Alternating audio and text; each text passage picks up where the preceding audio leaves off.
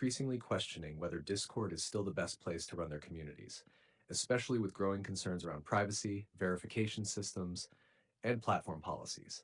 And while many look at alternatives like Fluxer or Stoat, another name that's quietly showing up in discussions, especially among privacy-focused users and tech communities, is Root. So what is Root? Root is a newer community communication platform that's built around simplicity, performance, and a flexible space for servers and chats.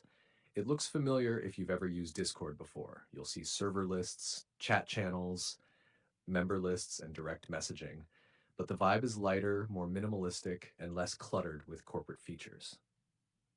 When you launch Root for the first time, one of the first things you'll notice is how clean the layout feels. The interface has everything you need in clear view: text channels, voice channels, group chats, without overwhelming menus or unnecessary extras. That's actually intentional because the developers positioned Root as a focused community hub, meaning fewer distractions and more direct connections.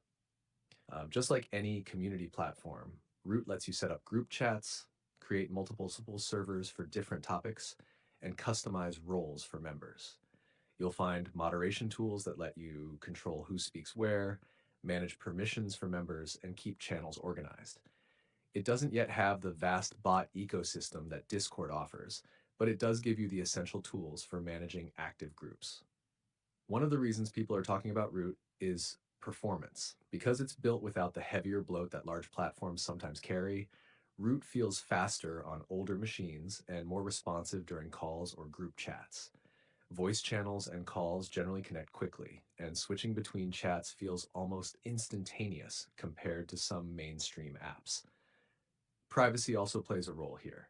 Root isn't as centralized as bigger platforms, and its approach to data handling is more transparent. It doesn't push aggressive analytics or intrusive tracking, and for many users, that's a relief, especially if you've ever felt uneasy about constant verification prompts or feeling like big companies are monitoring every interaction. Now, in terms of mobile and desktop experience, Root feels polished enough for daily use. The desktop client offers smooth navigation, while the mobile app makes it easy to stay connected on the go. Some features are still being developed, like more advanced moderation tools, larger server support, or deep integrations, but for typical group use, Root does the job. Here's an important point. Root isn't a finished competitor to Discord yet, and it's not trying to replicate every advanced feature.